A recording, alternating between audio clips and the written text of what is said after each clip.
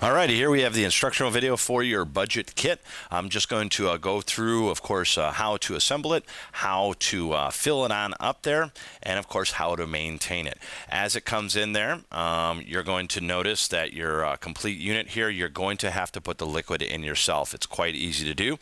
You just unscrew the clearomizer, turn the clearomizer upside down. We're going to unscrew the bottom cap. That is going to reveal your heating element that you see here. Heating elements, let's talk about this very, very quickly. These do need to be replaced. It can be quite often, as soon as 2 weeks, whatever it might be. Fortunately, they're inexpensive, so that's nice. They're only a couple bucks. When one of these goes out, here's how it's going to happen. One way is the wicking. There's a little bit of wicking here. That burns out. That is common. It does happen with these heating elements. When that happens, you get a little bit of a burnt taste in the back of the throat.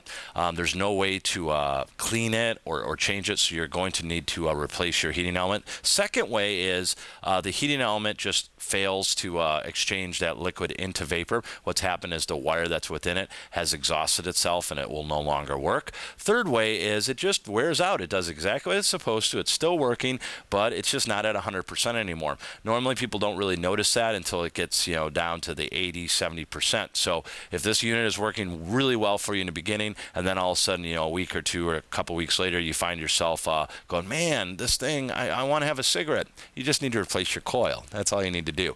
The coil is very easy to replace. I'm going to unscrew it right now.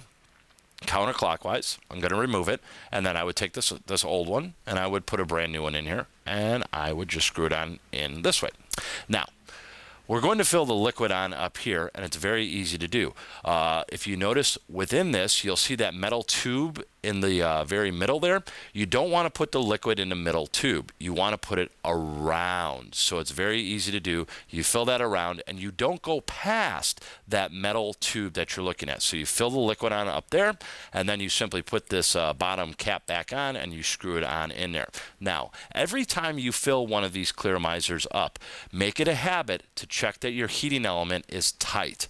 Just over regular usage, it can loosen up. How do we do that?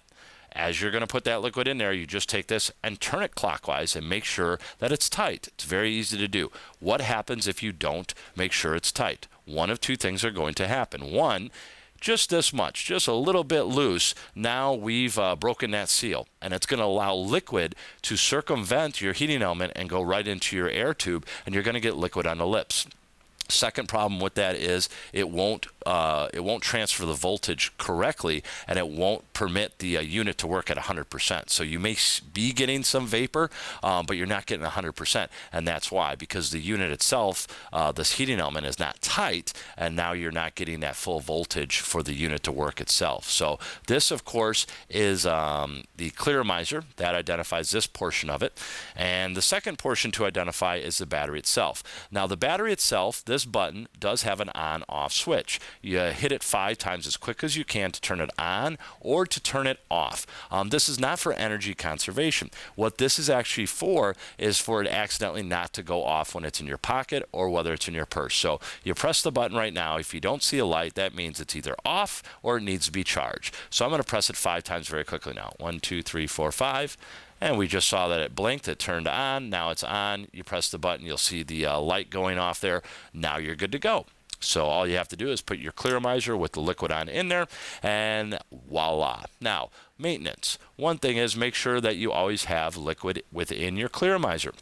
If you let it go too low, it will immediately burn out that heating element, because without it having liquid to transfer into vapor, it'll just burn itself out. So always make sure not to do that.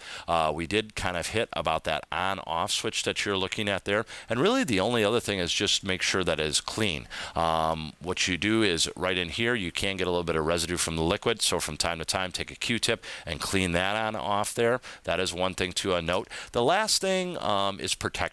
All of our units here have a warranty to them, but it does not cover user damage. User damage, commonly we see that in these units here, where what they will do is you'll put this in your front pocket. As you put it in your front pocket, what happens is when you're bending forward, it keeps bending the unit back and forth. These are very well-made, sturdy units, but over time, even the best of them will start to they'll start to dislodge right here, and all of a sudden somebody will notice that their e-cig is separated with two little wires. The wire will snap off, and the battery will no longer work, and that is because it's been rocked back and forth for so long from being in your pocket. So be careful not to do that. Like we said, that button for the on-off switch is protection so it does not go off. We do, of course, really recommend that you do use the case. That'll just keep your mouth tube kind of clean. And that's another thing too. You can put a Q-tip on in there and clean that off. So other than that, that kind of handles the budget kit. It's a very simple system to use.